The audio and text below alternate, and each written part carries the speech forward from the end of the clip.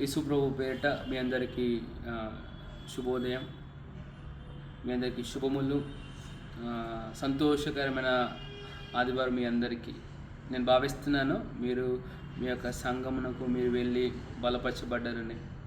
మీరు ఎటువంటి సమయంలో ఉన్నా ఆదివారం సంఘం వెళ్ళకుండా ఉండొద్దు, అది మనకి మంచి అలవాటు. అదేవిధంగా ఈ యొక్క 20 రోజుల ఉపవాసంలో మనం 7 రోజులు మనం ఉన్నాము. ఒక విషయం మీకు చెప్పాలని ఆశపడుచున్నాను.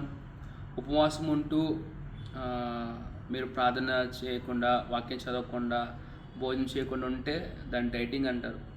మన ఉపవాసంలో ఉంటూ మీరు ప్రార్థనలో, వాక్యంలో సమయం కేటాయిస్తే మీరు ఎదుగుతారు. సో ఎప్పుడు గుర్తుపెట్టుకోండి, మీరు మీ యొక్క ఉపవాసం ద్వారా ఎదగరు, వాక్యాన్ని పూజించడం ద్వారా ఎదుగుతారు. సో ఈ యొక్క ఉపవాసపు రోజులు మనందరికీ ఆశీర్వాదంగా ఉండడానికి, మన ప్రార్థనలో, దేవునికి వాక్యంలో, దేవుని యొక్క సువార్త ప్రకటించడంలో మనం సమయం కేటాయిస్తూ ఉపవాసమును మనకు ప్రయోజనకరంగా చేసుకుందాం. వందనాలు.